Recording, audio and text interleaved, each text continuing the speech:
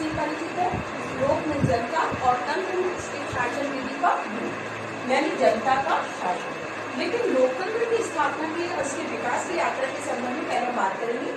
लोकतंत्र का विकास, हमें इससे संबंध में पहले मैं आपको एक वाक्य बताऊंगी। लोकतंत्र शासन पद्धति की उत्पत्ति राजतंत्रीय शासन प्रणाली के परिणाम स्वरूप मनुष्यों द्वारा अपनाई गई शासन प्रणाली है। अब इसमें महत्वपूर्ण हमारे सामने बात आती है राजतंत्रीय शासन प्रणाली और मनुष्यों द्वारा अपनाई गई शासन प्रणाली। मतलब पहले हमारे यहाँ भारत में राजतंत्रात्मक शासन व्यवस्था पाई जाती थी, जिसमें राजा ही सर्वोपरि होता था, यानी राजा की तुलना ईश्वर से की जाती थी। राजा के हर आदेश यानी हर इच्छा को एक कानून माना जाता था और राजा अपने हितों की पूर्ति के लिए वो जनता पर अत्याचार करता था या उनका शोषण करता था। तो मनुष्य ने लंबे समय तक राजा के शोषण और अत्याचारों से परेशान होकर लंबे समय तक क्रांति अप्रत्यक्ष रूप में क्रांति की और अपना बलिदान देकर लोकतंत्र व्यवस्था को स्थापित करने का प्रयास किया। यूरोप, जो कि राजनीतिक चिंतन का एक प्रमुख केंद्र माना जाता है, और यहाँ पर पहले से नगर शासन व्यवस्था के रूप में लोकतंत्र व्यवस्था पाई जाती थी। लेकिन जनता दो प्रकार की शासन व्यवस्था से मुक्त होना चाहती थी, राजतंत्रीय शासन व्यवस्था और दूसरी सामंत व्यवस्था। राजतंत्र में राजा अपनी शासन का विस्तार करता था और उसके लिए युद्ध करता था और उसके लिए उसके धन की आवश्यकता होती थी, तो जनता पर मनमाना टैक्स लगाते थे। और सामंत व्यवस्था इससे और अधिक मजबूत होती गई। वो उस कार्य को पूरा करने के लिए जनता का अधिक से अधिक शोषण करने लगी। इससे जनता ने दोनों वर्गों से, राजतंत्र व्यवस्था से और सामंत व्यवस्था से मुक्ति पाने के लिए संघर्ष किया और यह लोकतंत्र की उत्पत्ति विकास का सबसे पहला कदम था। 15 जून 1215 को ब्रिटेन में मैग्ना कार्टा कानून के माध्यम से वहां की जनता ने वहां की संसद को, वहां की सरकार को प्रतिबंधित किया कि जनता की बिना सहमति के कोई कर नहीं लगाया जाएगा, और ये सबसे पहला कदम था। हमारे लोकतंत्र के विकास में जिन विश्व की कुछ प्रमुख क्रांतियों का भी महत्वपूर्ण योगदान रहा है, उनमें से सबसे पहली क्रांति के बारे में हम बात करेंगे। 1688 ईस्वी में ब्रिटेन की रक्तहीन क्रांति। इसमें अंतर्गत संसद की सर्वोच्चता को स्थापित किया गया, जो कि उनका सबसे पहला कदम था। दूसरा, अमेरिका का स्वाधीनता संग्राम। भारत में अमेरिका को स्वतंत्रता प्राप्त की और व्यक्तिगत स्वतंत्रता को कायम किया। तीसरा, फ्रांस की राजक्रांति 1789 में, जिसे कि नीतिक लोकतंत्र के उदय का भी कारण माना जाता है। यहीं से व्यक्ति की स्वतंत्रता, समानता और भाईचारे की भावना का विकास हुआ। 1930 की औद्योगिक क्रांति के बाद औद्योगिक क्षेत्र में उन्नति हुई और पूंजीवादी व्यवस्था के साथ साथ समाजवादी व्यवस्था भी अपनाई गई। ये चारों क्रांतियां लोकतंत्र के विकास में महत्वपूर्ण योगदान रहा और इसके साथ साथ कुछ प्रमुख पाश्चात्य चिंतकों, विचारकों ने भी लोकतंत्र व्यवस्था को आगे बढ़ाने में अपना योगदान दिया। इस संबंध में अलेक्जेंडर पोप, उन्होंने कहा कि शासन के रूपों को लेकर तो मूर्ख लड़ते हैं, उनको लड़ने दो। जो व्यक्ति सबसे श्रेष्ठ शासन करता है वही अच्छी शासन व्यवस्था होती है। अब हम बात करते हैं लोकतंत्र के अर्थ। लोकतंत्र अंग्रेजी भाषा के डेमोक्रेसी शब्द से बना है, जो कि डेमोक्रेसी लेटिन भाषा के दो शब्दों से बना है, डेमोस और क्रेटिया। डेमोस में जनता और क्रेटिया में जनता, यानी जनता की शक्ति। जनता की शक्ति से अभिप्राय है कि जनता अपने प्रतिनिधियों का चुनाव स्वयं करती है। यदि प्रतिनिधि उनके हित में कार्य नहीं करते हैं तो उन्हें हटाने का अधिकार भी रखती है। इस संबंध में सबसे जो महत्वपूर्ण परिभाषा दी है वो अब्राहम लिंकन ने दी है। उन्होंने कहा जनता के लिए, जनता के द्वारा, जनता के हित में शासन, यानी जो भी शासन व्यवस्था कार्य किया जाता है जनता के हित में ही किया जाता है। आगे हम बात करते हैं लोकतंत्र के रूप। हमारे सामने 4 लोकतंत्र के रूप है: राजनीतिक लोकतंत्र, सामाजिक लोकतंत्र, आर्थिक लोकतंत्र और नैतिक या धार्मिक लोकतंत्र। हम सबसे पहले बात करते हैं राजनीतिक लोकतंत्र। राजनीतिक क्षेत्र में समानता स्थापित करने का प्रयास किया गया लोकतंत्र की स्थापना के लिए। व्यक्ति को लोकतंत्र के राजनीति के प्रति जागरूक करना और इसके लिए उसको व्यक्ति के अंदर को निम्न बिंदुओं पर महत्व दिया गया, निम्न बातों पर ध्यान दिया गया। प्रत्येक व्यक्ति को व्यस्त मताधिकार का अधिकार प्रदान किया गया, यानी एक निश्चित आयु के बाद व्यक्ति वोट देकर अपना प्रतिनिधि का चुनाव कर सकता है। प्रत्येक व्यक्ति को शासन के कार्यों से अगर उसके हितों को ध्यान में रखकर कानून नहीं बनाए जा सकते हैं तो उनकी आलोचना भी कर सकता है। वो किसी भी दल में अपनी भागीदारी निभाकर प्रचार प्रसार का कार्य कर सकता है और राजनीतिक क्षेत्र में अपनी महत्वपूर्ण भूमिका निभा सकता है। दूसरे हम बात करते हैं सामाजिक लोकतंत्र की, यानी समाज में सामाजिक व्यवस्था या सामाजिक समानता लाना, जाति धर्म लिंग की किसी के आधार पर भेदभाव नहीं करना। दोस्तों हमारे समाज में पहले वर्ण व्यवस्था के आधार पर बांटा गया था। वर्ण व्यवस्था का प्रमुख आधार था कार्य विभाजन करना, ताकि प्रत्येक व्यक्ति अपने निश्चित कार्य क्षेत्र को करता रहे। लेकिन ये वर्ण व्यवस्था आगे जाके कठोर जाति व्यवस्था के रूप में बदल गई और इससे हमारे समाज में जो 4 वर्ण थे, ब्राह्मण क्षत्रिय वैश्य शूद्र, ये 3 वर्ग उच्च श्रेणी में आकर जो चौथा वर्ग था उसका शोषण करने लग गए। और तो हमारी सामाजिक समानता स्थापित करने के लिए स्वतंत्रता के पश्चात हमारे यहाँ विशेष प्रावधान रखे गए कि जो वर्ग पिछड़ा वर्ग है या जो समाज की मुख्य धारा से पिछड़ गया है, उसको समाज की मुख्य धारा से जोड़ने के लिए संविधान में विशेष प्रावधान करके उन्हें आरक्षण व्यवस्था वगैरह देके उनको आगे बढ़ाने का प्रयास किया गया। और महिलाओं पुरुषों को समान अधिकार प्रदान किए गए और अल्पसंख्यकों के हितों की रक्षा की बात की गई। तीसरा हम बात करते हैं आर्थिक लोकतंत्र, जो हमारे जीवन का सबसे महत्वपूर्ण है, क्योंकि कहा भी जाता है कि जब तक भूखा व्यक्ति उसकी यानी 3 मूलभूत आवश्यकताएं पूरी नहीं होती है, रोटी कपड़ा और मकान, तब तक वो राजनीति में कैसे भागीदारी निभाएगा, उसके लिए वोट का महत्व क्या होगा। इसलिए हमारी स्वतंत्रता के पश्चात आर्थिक विकास पर अधिक से अधिक ध्यान दिया गया है कि समाज के प्रत्येक व्यक्ति को योग्यता के और रोजगार के समान अवसर प्राप्त हो। इसके साथ हमने पूंजीवादी व्यवस्था के स्थान पर हमने समाजवादी व्यवस्था को अपनाया, जिसमें प्रत्येक व्यक्ति को रोजगार प्राप्त हो, समाज के संसाधनों पर जनता का आधिपत्य हो और उनका उसके लाभ का समान वितरण किया जा सके। महिलाओं पुरुषों को समान रोजगार दिया जा सके, बड़े उद्योगों और छोटे उद्योगों के बीच में संतुलन बनाया जा सके, समानता बनाई रह सके और लोगों के जीवन स्तर को उठाने के लिए अनेक प्रकार की योजनाएं लागू की गई। लेकिन इसके साथ ही हमने बंधुआ मजदूरी, बाल मजदूरी जैसे बुराइयों को भी समाज से समाप्त करने का प्रयास किया। नेक्स्ट है हमारा नैतिक लोकतंत्र और धार्मिक लोकतंत्र। नैतिक लोकतंत्र, जैसा कि मैंने आपको अभी बताया था कि फ्रांस की राजनीति 1789 से नैतिक लोकतंत्र की उत्पत्ति मानी जाती है।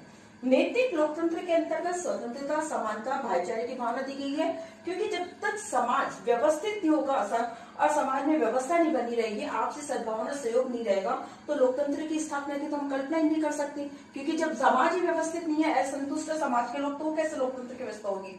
तो ऐसे में हमें स्वतंत्रता, समानता, भाईचारे के सिद्धांतों पर ध्यान देने का अधिक से अधिक विकास किया गया है। लेकिन धार्मिक, जो कि धर्म हमारे सारे जीवन के प्रत्येक पक्ष को प्रभावित करता है। धर्म में हमारे यहाँ पर हमारा जो आध्यात्मिक दर्शन है उसका अमिट प्रभाव हमारे जीवन पर दिखाई देता है। लेकिन हमारे यहाँ पे प्रावधान किया गया है कि धर्म के आधार पर किसी से कोई भेदभाव नहीं किया जाएगा। प्रत्येक व्यक्ति अपनी इच्छा अनुसार, अपने धर्म के अनुसार, अपने नियमों के अनुसार पूजा अर्चना आदि की जा सकती है। लेकिन वर्तमान में हमारे यहाँ पर अभी भी ये धार्मिक या जाति प्रथा से हमारा भारत मुक्त नहीं हुआ है। अभी भी हमारी राजनीति या हमारे चुनाव के दौरान ये दोनों पक्ष बहुत प्रभावित करते हैं। मतदाता को जातिगत आधार पर, धर्म के आधार पर वोट देने के लिए प्रेरित किया जाता है। ये चीजें ये किया जाता है। लेकिन हमें इन सब से दूर होकर सिर्फ एक देश के नागरिक होना, देश की एकता को इनको बनाए रखने के लिए हमें जागरूक होकर अपनी भागीदारी जनता लोकतंत्र में निभानी है और लोकतंत्र को अधिक से अधिक सार्थक और सफल बनाने का प्रयास करना। अब अब तक हमने राजतंत्र लोकतंत्र के रूपों के बारे में बात की, जैसे कि सामाजिक, आर्थिक, राजनीतिक लोकतंत्र। अब हम बात करेंगे लोकतंत्र के लक्षण, यानी लोकतंत्र की कौन कौन सी विशेषताएं हैं। सबसे पहले हम बात करते हैं सर्वव्यापी लोकतंत्र, जो कि सबसे महत्वपूर्ण है। इसमें नागरिकों की अधिक से अधिक भागीदारी के लिए, यानी प्रत्येक नागरिक मताधिकार में भाग ले, राजनीतिक गतिविधियों में भाग ले और लोकतंत्र इस सर्वव्यापी लोकतंत्र के अंदर व्यक्ति को सबसे प्रमुख और महत्वपूर्ण माना गया है। क्योंकि जनता के द्वारा शासन है, जनता के द्वारा प्रतिनिधि चुने जाते हैं, इसलिए जनता की शक्ति को, जनता की इच्छा को सर्वप्रमुख संप्रभुता दी गई है। विश्व के सभी लोकतंत्रों में लोकतंत्र को इसलिए सर्वश्रेष्ठ माना गया है क्योंकि इसमें जनता की शक्ति को सबसे प्रमुख माना गया है और जनता अपने प्रतिनिधियों का चुनाव कर सकती है और अपने प्रतिनिधियों को हटा भी सकती है यदि उसके हित में कार्य नहीं करते हैं।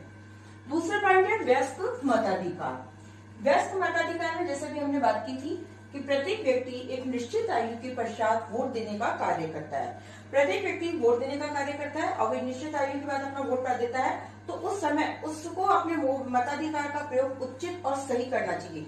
किसी जाति, धर्म, वर्ग, विशेष को ध्यान में नहीं रखना चाहिए कि ये व्यक्ति मेरी जाति से संबंधित है या मेरे सरनेम से संबंधित है, मेरे क्षेत्र से संबंधित है। जिस भी व्यक्ति को, जिस भी प्रतिनिधि को चुनाव करता है, तो उस प्रतिनिधि के बारे में उसे पूर्ण जानकारी प्राप्त करनी चाहिए कि उस व्यक्ति का चरित्र कैसा है, उसके सामाजिक कार्य में कैसी भागीदारी है, वो देश हित के लिए क्या कर सकता है, किसकी योग्यता ही क्या है। इन सब बातों को ध्यान में रखकर व्यक्ति को चुनाव अपने मत का प्रयोग करना चाहिए, तभी वो एक सफल और एक योग्य उम्मीदवार को चुनकर देख सकेगा जो कि उसके देश के विकास में और उसके हित में कार्य कर सकेगा। तीसरा है विचार अभिव्यक्ति की स्वतंत्रता। हमारे संविधान में प्रत्येक व्यक्ति को शासन और शासन की आलोचना करने का अधिकार प्रदान किया गया है। व्यक्ति के हितों के में कार्य नहीं होता है तो व्यक्ति अपने विचारों की अभिव्यक्ति के माध्यम से उसकी आलोचना कर सकता है। उसको प्रेस की स्वतंत्रता प्रदान की गई है, इनके माध्यम से वो समाज में परिवर्तन ला सकता है। लेकिन हमारे देश में वर्तमान परिस्थिति में हम देखते हैं कि विचार अभिव्यक्ति की स्वतंत्रता का दुरुपयोग भी किया जा रहा है। अभी आज हम हमारे देश में रहते हैं कि हमारे देश में ही दूसरे देशों के जिंदाबाद के नारे लगाए जाते हैं, हमारे देश के झंडे को जलाया जाता है और हमें आजादी जैसे हमें आजादी चाहिए ऐसे जैसे नारे दिए जाते हैं, जो कि व्यक्ति विचार अभिव्यक्ति की स्वतंत्रता का दुरुपयोग है।